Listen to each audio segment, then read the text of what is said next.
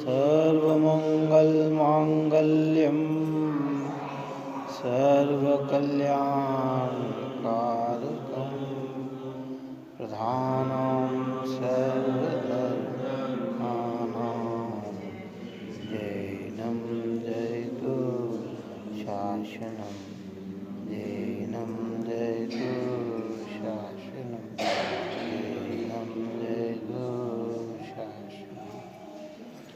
नमः श्रीवर्धमानाय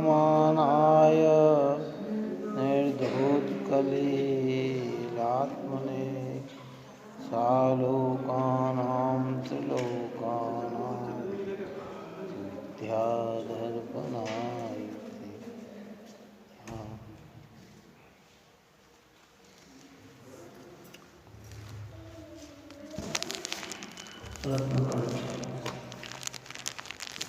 श्रावकाचार्य नामक ग्रंथ में छठा अधिकार भावनाधिकार अपना चल रहा था, जिसमें 16 कारण भावना के अंतर्गत दर्शन शुद्धि भावना की चर्चा चल रही थी।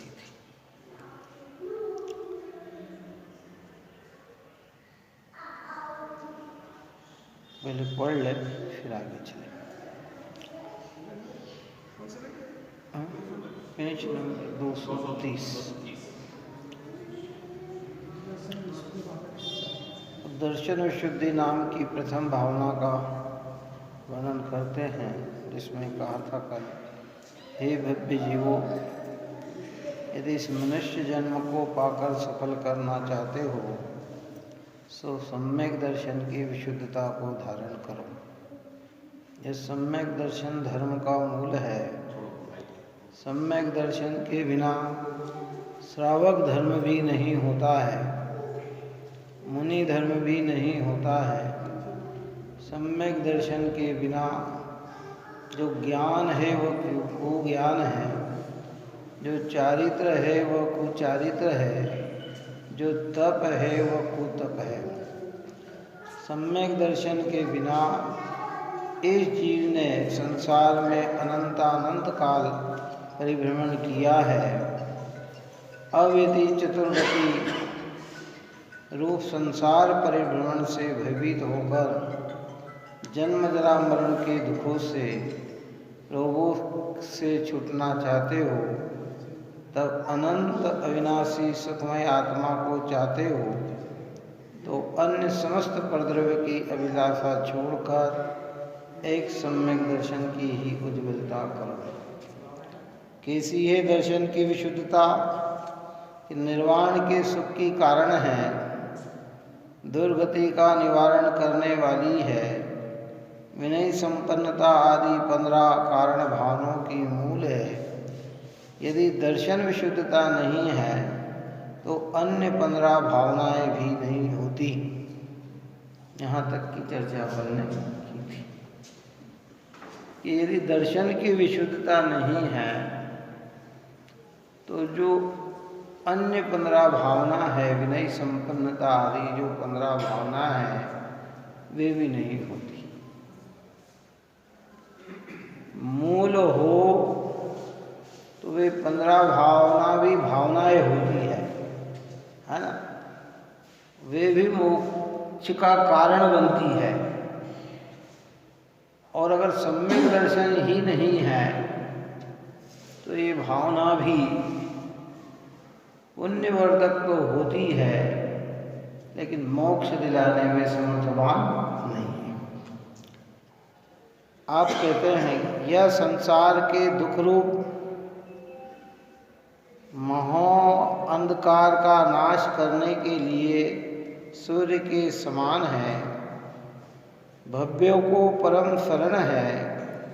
ऐसी दर्शन शुद्धता नाम की भावना भाना चाहिए कि जिस प्रकार से सपर द्रव्यों का भेद ज्ञान उत्पन्न हो, उज्ज्वल हो, वैसा प्रयत्न करना चाहिए। ऐसा प्रयत्न करें जिससे हमें भेद ज्ञान हो। भेद ज्ञान, भेद यानी भिन्नता, ज्ञान यानी जानकारी, भिन्न भिन्न द्रव्यों की भिन्न भिन्नता का ज्ञान होना है ना। सम्यक दर्शन का विषयभूत वस्तु त्रिकाली ध्रुव तत्व आत्मा है, एक और आत्मा और बाकी और सारे द्रव्य। कितने द्रव्य? जितने भी द्रव्य हैं। जाति अपेक्षा हम 6 द्रव्य की चर्चा करते हैं, संख्या अपेक्षा अनंत है, जीव अनंत है, पुद्गल अनंता अनंत है, धर्म धर्म आकाश काल एक एक है और धर्म धर्म आकाश एक एक है और काल द्रव्य लोक प्रमाण असंख्यात है।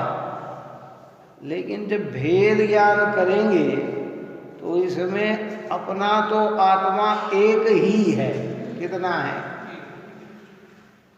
जीव तत्व की अपेक्षा सब जीव को समान कहा गया, एक कहा गया। लेकिन जब सत्ता की अपेक्षा से हम बात करेंगे तो मेरी चैतन्य आत्मा के अलावा आत्मा में अन्य आत्मा भी अलग है, मेरी चैतन्य आत्मा से दूसरी आत्मा भी अलग है। ऐसा भेद ज्ञान प्राप्त करने से ही ये मनुष्य जीवन की सफलता। पूर्व में भी अपन ने ये बात कही कि लोक व्यवहार में तो हम भेद ज्ञानी हैं। कैसा? व्यवहार के तो हम भेद ज्ञानी हैं, भाई ये इनका है, ये हमारा है, ये इनका है, ये हमारा है, क्यों है? लेकिन परमार्थ में हम भेद ज्ञानी नहीं हैं। परमार्थ में अनेक वस्तुओं को अपनी मानते हैं। यहाँ कहते भेद ज्ञान में अपने चैतन्य ही अपना नजर आए, इसके अलावा कोई अपना नजर न आए। उस भेद विज्ञान से सम्यक दर्शन होता है और भेद विज्ञान की वृद्धि होती है, विशुद्धताएं बढ़ती है, तो सम्यक दर्शन में विशुद्धता प्रकट होती है। देखिए अब आगे कहते हैं, बहुत मार्मिक बात कहते हैं। इस जीव ने अनादि काल से मिथ्यात्व नाम के कर्म के वश में होकर अपने स्वरूप की और परद्रव्यों के स्वरूप की पहचान नहीं की। किस जीव ने? इस जीव ने। मैंने, आपने अनादि काल से, क्या अनादि काल से 5 पाप अखंडित नहीं है, लेकिन मिथ्यात्व एक अखंडित पाप है आज तक। क्या समझ में आई? पहले भी कहा था इस बात को। कौन से? हिंसा, झूठ, चोरी, कुशील और परिग्रह, ये 5 पाप को हमने पूर्व पर्याय में कई बार छोड़ा। किसको? लेकिन मिथ्या तो आज तक नहीं छोड़ा। मतलब विचार करो कि छोड़ा कि नहीं 5 पापों को हमने पहले। एकेंद्रीय जीव होता है ना, एकेंद्रीय जीव, निगोद का जीव ले लो, चलो, वो किसकी हिंसा करने जा रहा? भाषा है ही नहीं, क्या झूठ बोल रहा है? इंद्रिया है ही नहीं तो किसकी वस्तु उठा रहा है? क्या है? व्यभिचार क्या कर रहा है और क्या संग्रह कर रहा है? क्योंकि निगोदिया का तो जन्म मरण ही एक सांस में 18 बार है, तो उसके पास टाइम कहाँ है? लेकिन फिर भी मिथ्या तो वहाँ है। कौन सा? कि वो जिस पर्याय में है उसी पर्याय को अपना अनुभव कर रहा है। तो ये 5 पाप अखंडित नहीं है। दूसरा, अगर संगी पंचेंद्रिय जीवों की अपेक्षा भी लिया जाए तो हमने पूर्व में अनेकों बार एक पवित्र जैन धर्म को अंगीकार करके कई बार हिंसादिक पाप का भी परित्याग किया है। क्या बात आ रही सुन। ऊंचे ऊंचे स्वर्ग में कौन जाता है? हिंसा करने वाला, झूठ बोलने वाला, चोरी करने वाला, कुशील करने वाला, ये परिग्रह संचय करने वाला, कौन जाता है ऊपर के स्वर्गों में? कि जो इनको छोड़ देता है। कौन? जो हिंसा नहीं करता है, जो झूठ नहीं बोलता है, जो दूसरे की वस्तु को छीनता नहीं है, ग्रहण नहीं करता है, जो व्यभिचार नहीं करता है और जो अति परिग्रह न करके संतोष ही देता है, ऐसा जीव ही स्वर्ग में जाता है। लेकिन ऐसे स्वर्ग में जाने पर भी इस जीव ने मिथ्यात्व का परित्याग नहीं किया। ये अनादि काल से चल रहा है। कब से चल रहा है? अनादि। मिथ्यात्व को पर समय भी कहते हैं। आचार्य कुमकुम देव कहते हैं पड़जय मूढ़ा पर समया, कि जो पर्याय में मूढ़ है वो पर समय है। जो पर्याय मूढ़ यानी पर्याय में ही आपापन मानकर अपने निज स्वभाव को नहीं जानता है, ये वो मूढ़ है। मूढ़ यानी अज्ञानी है, मूर्ख है। तो यहाँ कह रहे कि ये अनादि काल से मिथ्यात्व नाम के कर्म के वश में होकर अपने स्वरूप की और परद्रव्य की स्वरूप की पहचान नहीं की कि मेरा स्वरूप क्या है और परद्रव्य का स्वरूप क्या है। कहाँ निकोध में क्या विचार करें? कारण पा के कसाई की मंदता होती है, निकल जाता है। हमारे यहाँ दृष्टांत दिया है। कौन सा दृष्टांत दिया? बड़बुन जी की भाड़ का, काय का। पुराने समय में चने सिखाते थे ना बड़बुन जी, तो भाड़ में डाले, हिला रहा और हिलाते हिलाते इसमें से एक कोई फूट के ऊपर आ जाए, हाँ, बट बाहर गिर जाए। ऐसे ही कोई कर्म का योग पकता है अनंत काल में जीव का, कि निकोध से निकल कर ऊपर आ जाता है। तो फिर ऊपर की ओर जाता है, जाता है, जाता है, थोड़े परिणाम अच्छे हो, फिर बढ़ता है, और अच्छे हो, और बढ़ता है, और अच्छे, घूमते घूमते मनुष्य में आ गया। अब यहाँ परिणाम उल्टे हो जाए तो जो शिखर पे पहुंचा था वही लौट के वापस कहाँ जाता है? निकोध में पहुंच जाता है। अनंत काल के लिए फिर घूमो, वहीं रहो अनंत। कई परिणाम बुद्धिपूर्वक होते हैं और कई परिणाम अबुद्धिपूर्वक होते हैं।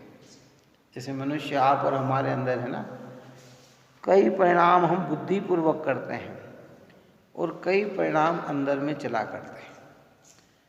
जैसे भगवान के दर्शन करने के, चलो मंदिर चलो, स्वाध्याय में चलो, घर पे बैठे क्या करना, ये बुद्धिपूर्वक।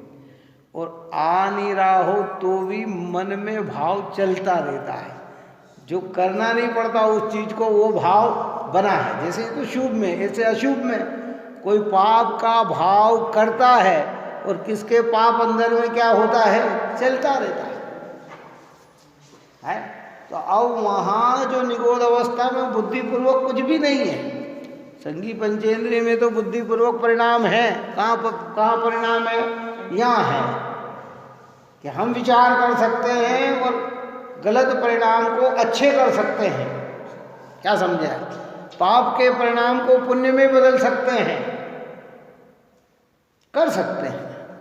तो सुबह की बात को गौण करना हो, यहाँ चरणानुयोग का विषय चल रहा है, वहाँ ये नहीं कहना यहाँ कि साहब पर्याय तो निश्चित है न, जो आती है वही आएगी न, कौन किस परिणाम को आगे पीछे कर सकता है, कि वो विषय यहाँ नहीं है। यहाँ चरणानुयोग का विषय है, निमित्त प्रधानता से विषय है, काय के विषय से प्रधानता से नहीं। हम अपने परिणाम को सुधार सकते हैं, हम अपने परिणाम को अच्छे कर सकते हैं, हम अपने परिणाम में निर्मलता ला सकते हैं। ज्ञानी ऐसा प्रयत्न करते हुए भी जब परिणाम सुधरते हैं तो कर्तव्य नहीं करता, वो खोजता है कि ये परिणाम तो ऐसे ही आने वाले थे। हम परिणाम सुधारते हैं, हम कर्तृत्व में आ जाते हैं, देखो हमने परिणाम सुधार लिया, है ना। लेकिन बुद्धिपूर्वक ऐसे ही कहते हैं, क्योंकि प्रत्येक जीव अपने परिणाम का स्वामी काय का स्वामी है ना, अपने परिणाम का स्वामी। सुबह की गाथा में तो परिणाम पुद्गल के खाते में डाले, उनका कर्ता जीव नहीं है।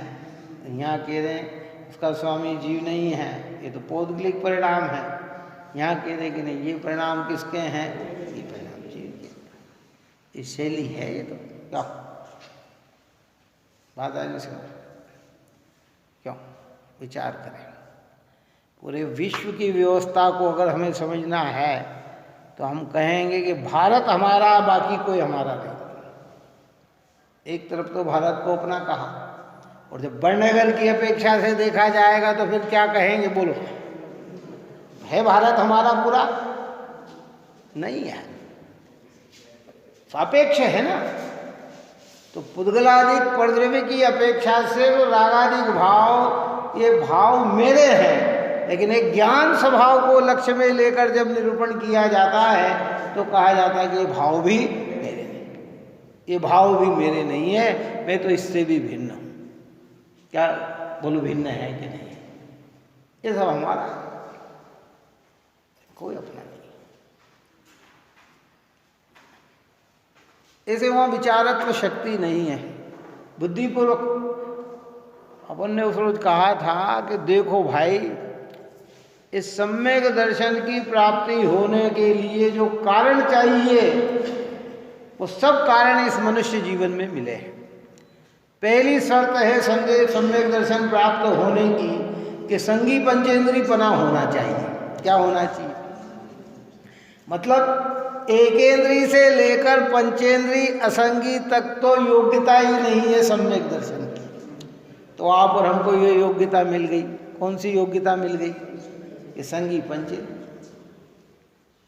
5 इंद्रियां संगी यानी विचार करने की शक्ति, अपने हित अहित करने की शक्ति, इसका नाम संगी। पहले में पंचेंद्री संगीपना मिलना चाहिए, सो मिल गया। दूसरा, इतना क्षोभम मिलना चाहिए कि जिसमें हम तत्व को ग्रहण कर सके, सोच सके, क्या ज्ञान रख सके। आप और हमको इतना क्षोभम भी मिल गया। कितना मिल गया? बोलो कितना? लौकिक क्षोभम भी है और ये धार्मिक क्षोभम भी है। लौकिकता में कि नहीं साहब हमारे तो कोई ध्यान नहीं देता। क्या ध्यान नहीं देता? अगर हमारे रिश्तेदार 200 है तो हमारे 200 के ही नाम याद है। बोलो है कि नहीं? इतना धारणा ज्ञान हमारा। चलो अच्छा बताओ कितना है? दुकान चलाने वाले दुकान में 100 आइटम है तो 100 का ही नाम मालूम है। कहाँ से खरीदी है ये भी पता है, कहाँ बिके, किस भाव में बेचना ये भी पता है, ये सब पता है। तो इतना क्षोभम भी है जो आप और हमें योग से मिल गया है।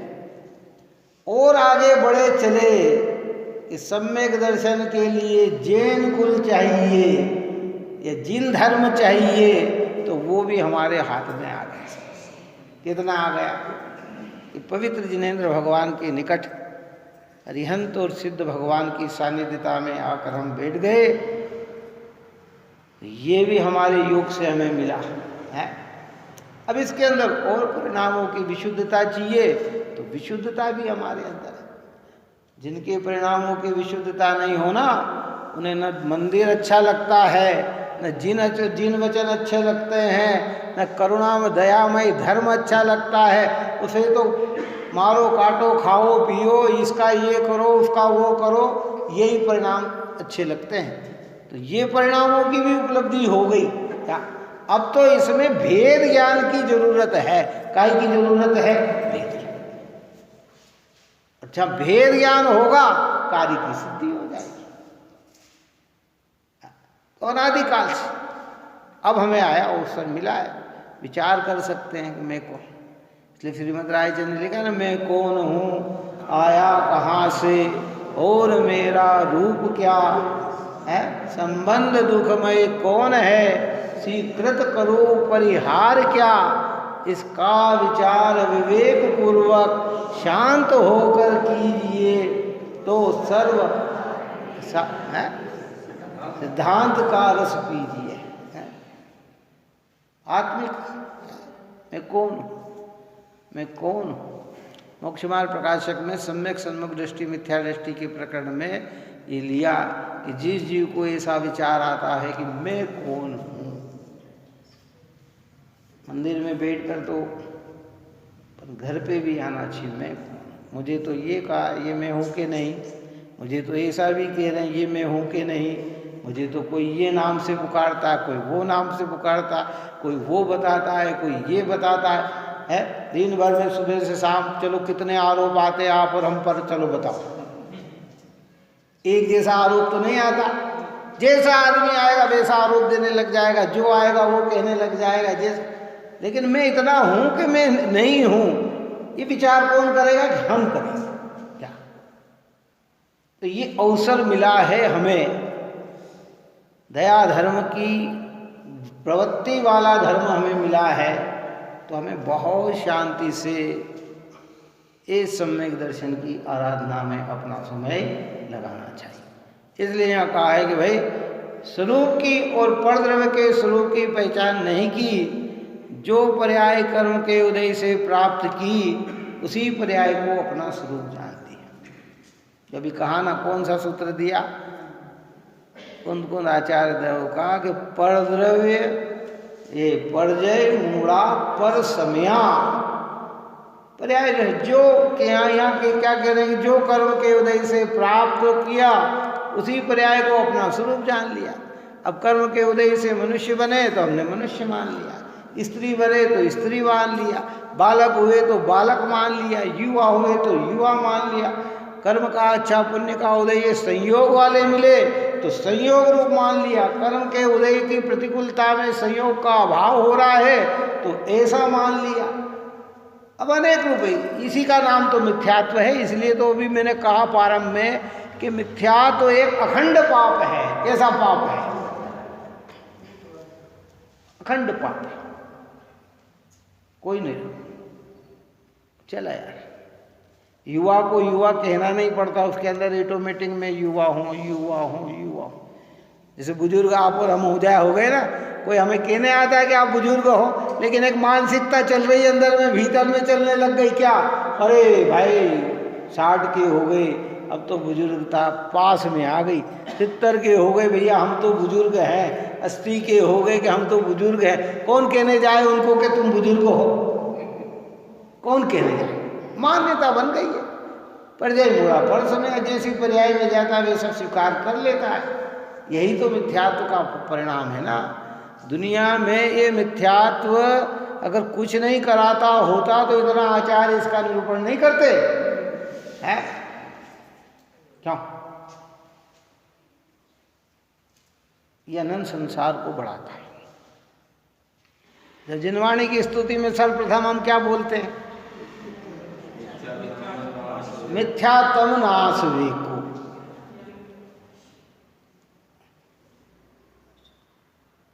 कि क्या करना हमें? कि मिथ्यात्व का नाश करना। वितराग सर्वज्ञ हितंकर वाली स्तुति में क्या कहते हैं? वीतराग सर्वज्ञ हितंकर भविजन की यव पूर्ववास, ज्ञान भानु का उदय करो मम, मिथ्यात्म का होय विनाश। किसका विनाश करना? क्योंकि कषाय का नंबर दूसरा है। किसका है? मिथ्यात्व के रहते हुए कभी भी कषाय खत्म नहीं हो सकती। मिथ्यात्व जाएगा तो ही कषाय जाएगी। मिथ्यात्व अगर परिणति में बना रहा तो कषाय तो बरकरार बनी रहती है, चाहे वह हमें दिखाई दे चाहे दिखाई न दे। लेकिन जैसे ही मिथ्यात्व हो जाता है तो उसके साथ चलने वाली कषाय भी निकलती चली जाती है। इसलिए मिथ्यात्व योग का गुणस्थान पहला, और जिनका मिथ्यात्व चला जाता है उनका गुणस्थान चौथा। इसलिए यहाँ कहते हैं कि भाई जो पर्याय कर्म के उदय से प्राप्त की उसी पर्याय को अपना स्वरूप जान लिया, अपने सच्चे स्वरूप का ज्ञान करने में अंधा होकर अपने स्वरूप से भ्रष्ट रहकर चारों गति में भ्रमण करता आ रहा है। काय से भ्रष्ट हो गए हम? अपने स्वरूप। आत्मा का स्वरूप क्या? चैतन्य स्वभावी, जानना देखना। ये अगर इंद्रियां न भी मिले ना तो भी आत्मा का काम जानना देखना। सिद्ध भगवान को एक भी इंद्रिय नहीं है लेकिन सारे विश्व को जान रहे हैं। मनुष्य जीवन में थोड़ा क्षोभ सा मिल गया तो कहने में आता कि इंद्रिय नहीं, इंद्रिय से तो हम जानते ही नहीं, ये तो व्यवहार कथन है, इंद्रिय से जानते हैं। और बाल बोध भाग में समझा दी ये बात तो कहाँ कि अगर इंद्रियां जानती, आंखें देखती, कान सुनते, नाक सुगंध लेती, रसना चखती, तो मुर्दे को भी स्वाद शब्द सुनना चाहिए, रूप देख। कई लोग होते ना, देह छूट जाती, आंखें खुली की खुली रह जाती, बंद तो बाद में करते हैं, कई की खुली भी आंखें रह जाती है ऐसे खुली, तो उन्हें वो जो है वो दृश्य दिखता है क्या ऊपर का? और मुर्दे को शमशान ले जाते तो बाजा बजाते हुए जाते हैं, तो क्या वो सुनाई देते हैं क्या उसको? हैं? और अन्य मत वाले मिथ्या मत की प्रचलनता चलाने पर मरने के बाद जो उसकी इच्छा होती वो उसके जीवान पे रखते हैं। क्या रखते हैं कि भैया ये इसका बहुत शौक था, इनको पान का बहुत शौक था, तो वो मरने के बाद पान रख देते हैं, उनके इलायची रख देते हैं उनके मुंह में, तो उनको स्वाद आता है क्या? है क्यों? और मरने के बाद अगर मान लो किसी की लाश लेने नहीं आए और 2-3-4 दिन अगर अस्पताल में पड़ी रहनी हो तो उसको एयर कंडीशन में रखते हैं, तो क्या उसको ठंडापन लग रहा है क्या? कुछ लगता है कि नहीं? जहाँ बॉडी रखी जाती है वो बिगड़े ना, तो उसके लिए क्या किया जाता है? तो क्या उसको स्पर्श हो रहा है क्या? नहीं होता है उसको स्पर्श। इंद्रिया तो पूरी साबुत है। अभी मैं थोड़े दिन पहले मैंने उसमें पढ़ा था कि विदेशों में 1000 साल पुरानी लाश पड़ी हुई है, कितनी उसको उस तरीके से रखी हुई है, कैसे रखी हुई है, जो वैसा का वैसा चेहरा उसका दिख रहा है कि कितना दिख रहा है। एक 500-1000 साल पुरानी बात, इतनी व्यवस्था से रखा तो वो उस ठंडक में नहीं होती है खराब, तो क्या उसमें जीव है क्या? नहीं, निकल गया जीव तो चला गया। ये उसकी व्यवस्था है इंद्रिय की। ये कि नहीं, जानने वाला चैतन्य स्वभावी मैं आत्मा, इंद्रियों से देखता हूँ जानता हूँ, ये तो सब व्यवहार कथन है। वास्तविकता में तो मैं जानता हूँ काय से? ज्ञान। तो ये ज्ञान को अपना स्वरूप नहीं जानता, यही अज्ञान है। किसको? जो निरंतर कार्य कर रहा है उसको मान नहीं रहा है, और जो कभी कभी कार्य कर रहे उसको मान रहा है। क्या अभी कोरोना काल चला ना है, कई लोगों के स्वाद चले गए। बात समझ में आई कि नहीं आई? कि हम सब खा रहे हैं, हमें कोई स्वाद ही नहीं आ रहा है, सुगंध चली गई है, कोई सूंघ नहीं रही। इंद्रिया तो वैसी की वैसी है कि नहीं, क्या मालूम क्या स्वाद, मेरे को तो कुछ समझ में ही नहीं आ रहा। कि क्यों भैया, इंद्रिय अगर स्वाद लेती तो फिर लेना था ना इसको, फिर ये क्यों नहीं स्वाद ले पाई है? इसका मतलब स्वाद लेने वाला, जानने वाला कोई अलग है और इंद्रिया है वो अलग है। लेकिन हमारी मान्यता में ऐसी चीज चल रही है। पर जय मोड़ा परस में यहाँ बैठ कर अपना जीवन जी रहे हैं, बहुत समय निकल गया, बाकी समय भी बिना आराधना के निकल जाएगा। मिथ्यात्व वैसा का वैसा साथ में चला जाएगा।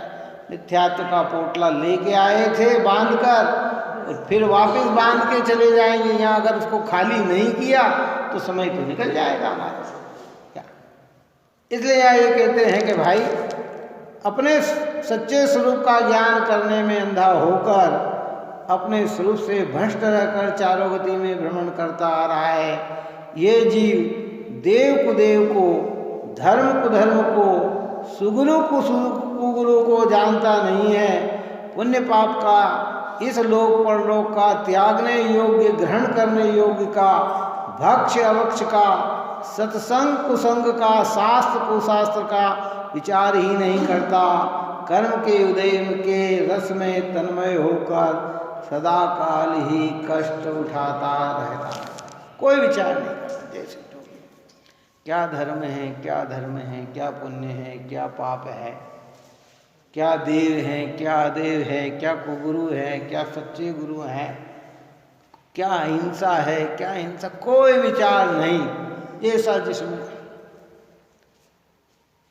मैंने कल भी कहा था कि देखो स्वाध्याय से बहुत चीज़ों का नॉलेज मिल जाता है, काय का मिल जाता है। और स्वाध्याय नहीं करे तो जिसको जिस मत में जन्म हुआ उसी मान्यता से चल रहा है, उससे कोई ज़्यादा विचार करने की जरूरत ही नहीं है उसको कि क्या सच्चे और क्या झूठे और क्या अच्छे और क्या बुरे, किससे लाभ और किससे हानि, कुछ नहीं। क्या देव, क्या कौन से कुदेव है, सभी देव देव हैं कि नहीं भाई, विचार तो करना पड़ेगा। दोनों को एक कोटि में थोड़ी रखा जा सकता है। एक वितरागी देव है और एक रागी देव है, तो क्या दोनों को एक कोटि में रख दिया जाएगा? क्यों है? क्या करें, जीव के रहने सारे तो सब करें। ये लोग कहते हैं भाई आपके भी भगवान हमारे भी भगवान, दोनों समान। भाई तुम समान कहाँ से हो गए? एक जैसा रूप हो तो समान, और एक जैसा रूप न हो तो समान कैसे? चलो बताओ, समानता कहाँ आती है? एक जैसा रूप हो तो समान, और एक जैसा रूप न हो तो समान कैसे कहा जा सकता? एक का उत्कृष्ट कार्य है, एक के कार्य की शुरुआत ही नहीं है। एक पूर्ण सुखी है, एक सुख उत्पन्न ही नहीं हुआ है। एक 18 दोष से रहित है, एक 18 दोष में लगे पड़े हुए हैं, तो फिर समान कैसे समान माना है? अपने को कोई पंथ व्यामोह से नहीं सोचना, वस्तु स्वरूप से सोचना। काय से सोचना? नहीं साहब आप जैनी है इसलिए तो आप तो अपने धर्म की महिमा बताओगे ही बताओगे, आप तो तेरापंथी है इसलिए ये तो आप तो अपने धर्म की महिमा बताओगे ही बताओगे। अरे नहीं, वस्तु स्वरूप में किसी की नहीं चलती है। जैसा स्वरूप होता है वैसी ही चलती है। उसमें ना राग चलता है, ना द्वेष चलता है, ना अपना चलता है, ना पराया चलता है। वो तो जो है सो है। अब उसमें हमें विचार करने की जरूरत है, हमें तो बस विचार करने की जरूरत है उसके अंदर कि क्या सत्यता है। इसलिए कहते हैं कि भाई सम्यक दर्शन की प्राप्ति के लिए ये जीव न तो देव गुरु को, धर्म कुधर्म को, सुगुरु कुगुरु को जानता नहीं है। पुण्य पाप का भी इस लोक में परलोक के त्यागने, इस लोक परलोक का त्यागने योग्य, ग्रहण करने योग्य का, भक्ष भक्ष का, सत्संग कुसंग का, शास्त्र कुशास्त्र का विचार ही नहीं करता है। कर्म के उदय के रस में तन्मय होकर सदा काल ही कष्ट उठाता है। जैसे आप और हम जैनी है ना, हमारे यहाँ ऐसी वस्तु को सेवन करने की बात कही कि जिसमें स्थूल जीवों के प्राणों का हरण न हो। क्या है? तो क्या आप जैनी हो इसलिए आप ये मानते हो हमारा जन्म तो मिलेच्छ में हुआ है, तो हमारे यहाँ तो मांसादिक की प्रवृत्ति है। तो बोलो उनके हिसाब से वो तो मानते हैं कि हमारे यहाँ तो यही धर्म है। क्या धर्म है? भगवान के सामने हिंसा करना ही धर्म मानते हैं। क्या मानते हैं जी? है वो तो कहते हैं इनको, इन पशु पक्षियों को बनाया क्यों है? कि जीवों के पेट भरने के लिए तो बनाया है। क्या है? तो क्या हिंसा और हिंसा एक हो गई क्या? है विचार तो करना पड़ेगा कि नहीं करना पड़ेगा इन बातों का? बोलो। एक भोग में धर्म मानते हैं और एक भोग के त्याग में धर्म मानते हैं। दोनों में विचार तो करना पड़ेगा कि नहीं करना पड़ेगा? एक दिन में खाकर अपने को संतुष्ट करते हैं, एक रात में खाकर अपने को संतुष्ट करते हैं, तो उसमें समझना तो पड़ेगा ना सत्य क्या है और असत्य क्या है, क्या नहीं समझना पड़ेगा? भक्ष भक्ष का कोई विचार नहीं, देव को देव का कोई विचार नहीं, गुरु को गुरु का कोई विचार नहीं, धर्म अधर्म का कोई विचार नहीं, ग्रहण करने योग्य क्या है, त्यागने योग्य क्या है, कोई विचार नहीं। जिसका करना है ग्रहण हम उसको वो कर रहे हैं त्याग, और जिसका करना है त्याग उसका कर रहे हैं हम ग्रहण। तो भला कैसे होगा इस जीव का, कैसे इसका सम्यक दर्शन टिकेगा, या कैसे इस जीव को सम्यक दर्शन की प्राप्ति होगी? ज्ञानियों में इन सब बातों का विचार होता है, सब चीज का विचार होता है। प्रयोजनार्थ लौकिक कार्य अलग है और वस्तु का स्वरूप अलग है। इसलिए जिन्हें सम्यक दर्शन प्राप्त करना है उन्हें अपनी बुद्धि को इतनी तीक्ष्ण बनाना होगी, इसको होगी। नहीं तो जिनने जैसा कहा वैसा मान लिया कि भाई मान लिया, तो क्या होगा कि कुछ नहीं होगा। कितने भाव हमने बिता दिए हैं, और 363 मत विश्व में चल रहे हैं। कितने अष्टपौड़ में तो संख्या दी, और कौन कौन से मत, कितने मत काय के हैं, कितने मत काय के हैं, सारी उसकी व्याख्या की गई है। कितने, और वो 363 मत जो है ना, अगर सत्य होते तो फिर इतने सारी, हर व्यक्ति सत्य हो जाता। कितना सत्य होगा? तो सत्य तो एक ही हो सकता है? और 363 हैं तो एक दूसरे की मान्यता नहीं मिल रही है। अगर मान्यता मिले तो फिर एक मत कहाँ, फिर तो एक हो जाए, फिर दो कहाँ रहे, फिर तो वो एक हो जाए, एक मत हो गए। इसलिए जिन्हें सम्यक दर्शन प्राप्त करना है उन्हें इतनी बातों का तो विचार करना चाहिए, अपने हित के लिए, किसी दूसरे के लिए नहीं। जैन धर्म भैया अपना स्वहिताय है, प्राणी मात्र का कल्याणक है, और अपना स्व का हित कैसे हो उसके लिए है। और जो स्थूल लक्षण जो जैन धर्म के हैं, अहिंसा स्थूल लक्षण है कि ज़्यादा कुछ समझ में नहीं आए और ज़्यादा समय नहीं हो और ज़्यादा हम अभ्यास नहीं कर सकते हैं, तो इतना समझ लेना चाहिए कि मुझे मेरे जीवन में करुण भाव से ओतप्रोत रहना चाहिए, दया भाव से मेरे अंदर, दया भाव मेरे अंदर होना चाहिए। एक भी जीव का बुरा मेरे लक्ष्य से नहीं होना चाहिए। अगर उत्कृष्टता ना प्राप्त करे तो उससे ही लाभ है। और आगे का मार्ग तो ये है ही परम उत्कृष्ट मार्ग है। श्रीमद् रायचंद जी ने एक शब्द डाला, करुणा बिन सब सूना। क्या लिखा उन्होंने? करुणा बिन सब सूना। अगर व्यक्ति के हृदय में दया नहीं है तो समझ लो कोई धर्म उसके हृदय में प्रवेश करने वाला नहीं। चर्चा हो सकती है, बात हो सकती है, ज्ञान बढ़ सकता है, लेकिन आत्म कल्याण नहीं हो सकता। या व्यवहार दया और निश्चय दया। व्यवहार दया पर जीवों पे होती है और निश्चय दया स्व पे होती है कि अपनी परिणति में मिथ्यात्व कषायों की प्रवृत्तियां न हो। और वो जिनागम समझा रही है, हमें प्रयत्न करना चाहिए। कहाँ अवसर मिलेगा भाई? विचार करो आप और हम, अरबों साल हमने भोग में बिता दिए स्वर्ग में। कितने अरबों, सागर में तो अरब इतना सा होता है, कितना 33 सागर की आयु मान है, 33 में तो जा नहीं पाए हम सर्वार सिद्धि। ग्रीवेक गए और 22 सागर की आयु अगर हमने भोगी है तो एक सागर में कितने वर्ष होते हैं?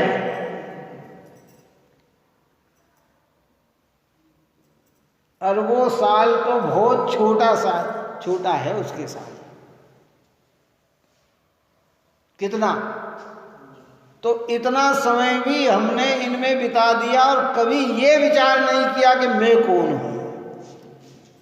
और अब थोड़ा समय मिला है, उस थोड़े समय में भी अगर आप और हम ये चीज समझ ले तो अनादिकाल का मिथ्यात्व भाव विलय को प्राप्त हो सकता है। कि अब आज तक नहीं हुआ, इतना समय में नहीं हुआ, तो थोड़े से मनुष्य जीवन के समय में क्या हम सम्यक दर्शन प्राप्त कर सकते? रे भैया, गुरुदेव श्री तो कहते थे कि चाहे जितना चतुर कारीगर हो, इतना ही अच्छा चतुर कारीगर हो, और वो चाहे कि मैं 1-2 दिन में अच्छा मकान बना दूं, तो संभव नहीं है। लेकिन 8 साल का बालक भी अगर चाहे कि मुझे सम्यक दर्शन प्राप्त करना है, तो अंतर मुहूर्त में कर सकता है। कितना समय में कर सकता है? उसको इतना लंबा समय नहीं लगता। जब जागे तब सवेरा है। हमारा लक्ष्य बनना चाहिए कि नहीं, मुझे सम्यक दर्शन के बिना जीवन नहीं जीना। आए एक दृष्टांत पहले और दिया था, ये एक कमरा हो और उसमें 20 साल से अंधेरा है। कितने साल से? तो अब उसमें उजाला करने के लिए 10-15 साल तो चाहिए कम से कम। क्यों भाई, 20 साल से अंधेरा है तो उसमें उजाला करने के लिए हमें 10-15 साल तो लगेंगे, जब जाके प्रकाशित होगा। अरे वो 20 साल के अंधेरे में भी तू एक तीली जलाएगा तो प्रकाशित हो जाएगा, है? ऐसे आज तक अगर हमने सम्यक दर्शन की आराधना नहीं भी की है, ऐसे भगवंतों की निकटता में, जिनवाणी की निकटता में आज अगर हम लक्ष्य बनाए और आज न भी प्राप्त हो तो देह आयु पूरी न हो उसके पहले प्राप्त हो जाएगा, ये गारंटी है। लक्ष्य हमारा सच्चा होना चाहिए। प्रयत्न करें, बार बार नहीं, इसके बिना जीना ही नहीं है। क्या जीना है? ये तो मृत कलेवर में जी रहे हैं, हम मुर्दे होकर जी रहे हैं। हमें भगवंतों की महिमा नहीं आ रही है, निर्ग्रंथों की महिमा नहीं आ रही है, सद जिनवाणी की महिमा नहीं आ रही है, अहिंसा धर्म की महिमा नहीं आ रही है, तो क्या जीना है? जी लिए है। जीना थोड़ा ही भला, प्रभु का सुमिरन होए, लाख बरस का जीवना लेखा धरे न कोई। लाखों वर्ष की भी आयु मिल जाए और अगर भगवान का स्मरण नहीं है तो कोई लेखा नहीं है उसका।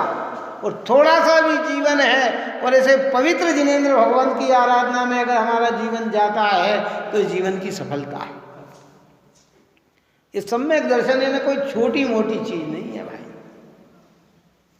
महान महिमावंत पदार्थ है। इसलिए हमें विचार करना चाहिए। और ज़्यादा अगर इतना कार्य भार हो, बहुत सारे घर के, गृहस्थी के, दुकान के, रिश्तेदार के, आदान के, प्रदान के, जब बहुत आजकल तो देखो एक ऐसी व्यवस्था चल गई है, हर घर में, हर महिला में, हर पुरुष में, दिन भर सब घर के चौके के ये सब काम है, सब कर लेंगे। रात को सोते वक्त मोबाइल में आज किसका व्हाट्सएप आया, आज किसने क्या चलाया, किसने क्या मैसेज भेजा, किसने क्या भेजा। क्यों? भले वो 2 घंटे तक जागती रहे, कितनी जागती रहे। जेंट्स भी ऐसे ही करते हैं, ऐसा नहीं है। दुकानदारी बहुत हो, ये हो, तो जब टाइम मिले है तो कम से कम अगर हमारे पास कोई टाइम नहीं हो तो सोने के पूर्व में हम आधा घंटे भी इस तत्व का विचार करेंगे तो कार्य की हमारी सिद्धि हो जाएगी। कि नहीं साहब, क्या करें, बहुत व्यापार पानी इतना है, फुर्सत ही नहीं मिलती है कि भैया इतनी फुर्सत तो मिल जाएगी कि तो सोने के पूर्व में। आजकल तो बहुत सारे ऐसे अभागे लोग हो गए हैं कि जो सोने के पूर्व में पंचपरमेष्ठी का भी स्मरण नहीं करते। हमको तो बचपन में ही पाठशाल में दादा ने हमने सिखा दिया कि नहीं, सबसे पहले सुबह उठो तो किसका नाम लेकर कि नमोकार मंत्र, सो तो क्या लेकर कि नमोकार मंत्र। कितने लोग बोलते हैं और कितने नहीं बोलते हैं, क्योंकि वो उसमें इतने मग्न हो जाते हैं। जीवन ऐसे ही चला जाएगा, पानी जैसा बह जाएगा। तो भाई ऐसे जीवन को नहीं बर्बाद करना। हमें तत्व विचार करना जब समय मिले तब। और जब एक बार लगन लग जाएगी तो फिर बाहर का जीवन इस सतह ही छूटने लग जाएगा। अरे नहीं, मुझे तो अपने आत्मा की पुष्टि करना है, तो मुझे ज़्यादा से ज़्यादा समय अपने आत्मचिंतन के लिए देना चाहिए, भगवान की आराधना के लिए देना चाहिए। तो धीरे धीरे धीरे सहजता से काम बढ़ता चला जाए। करना तो पड़ेगा। देखो, सम्यक दर्शन भाग्य के उदय से नहीं मिलता, धन दौलत भाग्य के उदय से मिल सकती है। जिनेंद्र भगवान के दर्शन भी भाग्य के उदय से मिल सकते हैं, पर सम्यक दर्शन भाग्य के उदय से नहीं मिलता। काहे से? है ना, भाग्य के उदय से। सम्यक दर्शन में ये पुरुषार्थ और ये स्वयं को करना पड़ेगा। आचार्य की देशना को लक्ष्य में रखकर, ज्ञानियों की देशना को लक्ष्य में रखकर हम इसमें विचार करेंगे तो सम्यक दर्शन की आराधना होगी। और यह अवसर मिला है। उसके बाद कोई गारंटी नहीं। हाँ, एक खोजी हो तो श्रीमद रायचंद जी ने लिखा ना, जिन पाया तिन खोजिया।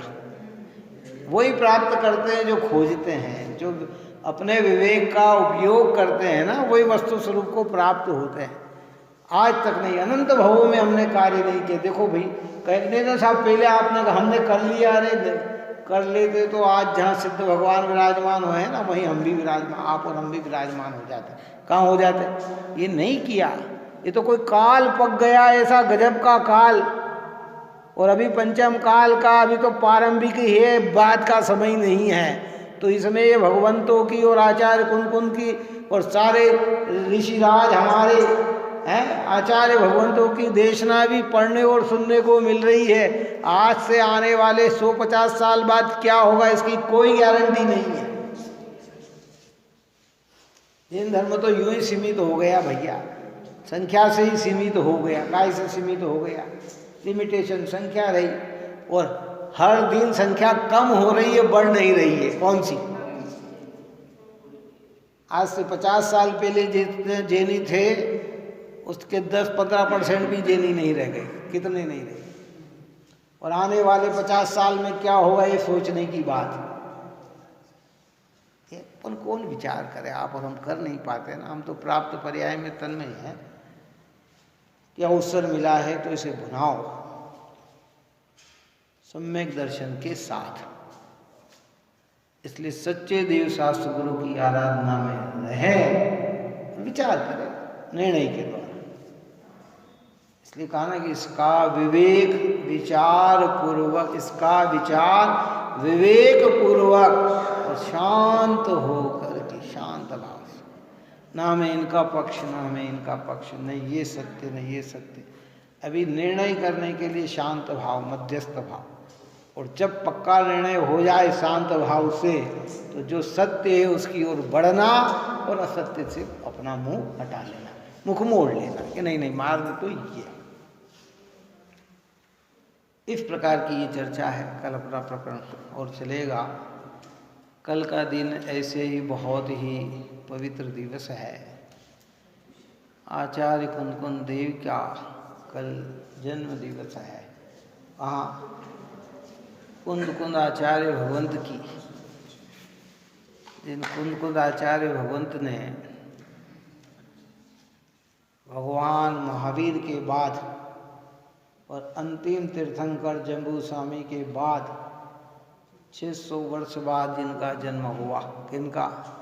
और 600 वर्ष में और भी अनेक बड़े बड़े श्रुत ज्ञानी हुए, बड़े बड़े अंग प्रकरण के ज्ञाता मुनि हुए, लेकिन उनमें भी सबसे श्रेष्ठ अगर किसी को जोड़ा गया तो कुंदाचार्य को जोड़ा गया। हम बोला ना मंगलाचरण में, मंगलम भगवान वीरो मंगलम गोतमो गणी मंगलम कुंद आध्यो जैन धर्मोस्तु मंगल। इतने ऋषिराज हुए हैं, इतने हो हैं, लेकिन क्योंकि इतना गजब का काम किया है आचार्य कुंद। क्या अब समझे? उस YouTube पे उस पे डाला है उन्होंने, मनीष जी पिड़ावा के है वो मेरठ वाले के प्रवचन, बहुत ही उत्कृष्ट विवेचना की है उन्होंने। और क्यों सिद्ध किया कि कैसे जो शास्त्र अभ्यासी है पढ़ते उन्हें तो पता है, पर सामान्य जनों के लिए ऐसा एक महिमावंत चीज ला के रखी है कि कुंद आचार्य की इतनी महिमा क्यों है, किस रूपकता में इसकी महिमा है। हमारे यहाँ आए नहीं, कौन? मनीष जी मेरठ, बहुत ही उत्कृष्ट तार्किक विद्वान है, यंग बॉडी है बिल्कुल, वाणी में भी बहुत ही निर्मलता उनके है और अच्छे। क्या बात तो हुई है उनसे, कभी योग पकेगा तो निश्चित आएंगे बड़नगर में, क्या है ना। बहुत उत्कृष्ट विद्वान है, जयपुर से निकले हुए हैं, लेकिन स्वयं का अध्ययन इतना अच्छा गहरा अध्ययन है तो उसकी विवेचना की है। क्या तर्क सुनने लायक कि क्यों, किस लिए। तो कल हमारे जीवन में भी एक ये सब कुंद आचार्य की महिमार्थ है, भाव आना चाहिए, कुछ नहीं, उत्कृष्ट भाव से वो उत्प्रोत है। यानी हर जितने भी साधु हैं ना भारत के अंदर, जैन दिगंबर साधु, सब कुंद की आमना को सुनकर प्रसन्नचित्त होते हैं। किस आमना के हैं? ये कुंद की आमना। ये जितनी भी प्रतिमा लिए बनी है, जितना भी भारत में 2000 वर्ष में जितनी भी प्रतिमा स्थापित हुई है, सब प्रतिमा पे नाम लिखा जाता है कुंद, और ये चलेगी आखिरी तक चलेगी। क्या? क्योंकि ये दिगंबर संत है। 11 वर्ष की उम्र में जिन्होंने दिगंबरत्व अंगीकार किया और 95 वर्ष और 10 महीने के बाद जिनकी देह छूटी, 84 साल तक, 85 साल जिन्होंने नग्न दिगंबर मुनि रहकर और वनखंडादिक में वास करके 84 पहाड़ की रचना की है। कुछ पहाड़ी आज उपलब्ध है और वो भी एक से एक आनंदमय पहाड़ है, शास्त्र है, भव्य जीवों के मन को आनंदित करने वाले। ऐसे आचार्यों का कल जन्म दिवस भी है, यद्यपि उन्होंने कहीं भी अपना नहीं लिखा, उन्होंने नहीं लिखा, ये तो खोजी व्यक्ति ने उनका जीवन चरित्र, उन्होंने कहीं अपना जीवन चरित्र, दिगंबर आचार्य की यही विशेषता रही, कहीं नहीं। उन्हें अपने जीवन काल में तो उन्होंने कभी, ये तो चले गए, उसके बाद उनका उत्साह मना लो इस याद करते हुए कि ऐसे महान पुरुष हुए थे, उनके समकाल में कहीं भी उत्साह नहीं मना है ना। तो ऐसी ये अद्भुत बात है। आप और हमारे को एक ही लक्ष्य बनना चाहिए कि भैया किसी भी प्रकार से देव शास्त्र गुरु के सानिध्य में रहकर मुझे सम्यक दर्शन प्राप्त। देखो, जब सम्यक दर्शन कहा जाता है ना, तो इसका अर्थ ये नहीं लेना कि ज्ञान और चारित्र की बात नहीं है, क्योंकि सम्यक दर्शन में सब समाता है। जैसे हाथी के पैर में दुनिया के सारे पैर समा जाते हैं ना, हाथी का पैर कहा तो उसमें सारे पशुओं के पैर समा जाते हैं। हाथी का पैर, क्योंकि वो इतना भारी होता है, सम्यक दर्शन इतना भारी होता है कि सम्यक दर्शन में ज्ञान और चारित्र समा जाते हैं और पूर्णता होती है क्रम से, क्योंकि अकेला सम्यक दर्शन कभी होता ही नहीं है। जब भी होगा तो सम्यक दर्शन ज्ञान और चारित्र ही होंगे, लेकिन मुख्यता काय की जाती है? सम्यक दर्शन की जाती है। कई लोगों को ऐसी एलर्जी हो जा रही है, साहब तो बात सम्यक दर्शन की बात करते हैं, ज्ञान चारित्र की बात नहीं। अरे भैया, जहाँ सम्यक दर्शन है वहीं ज्ञान, सम्यक ज्ञान है, और जहाँ ज्ञान है वहाँ थोड़ा सा भी आचरण हो तो सम्यक चारित्र कहलाता है, वो सम्यक चारित्र ही कहलाता है। ऐसी अद्भुत बात यहाँ कही है।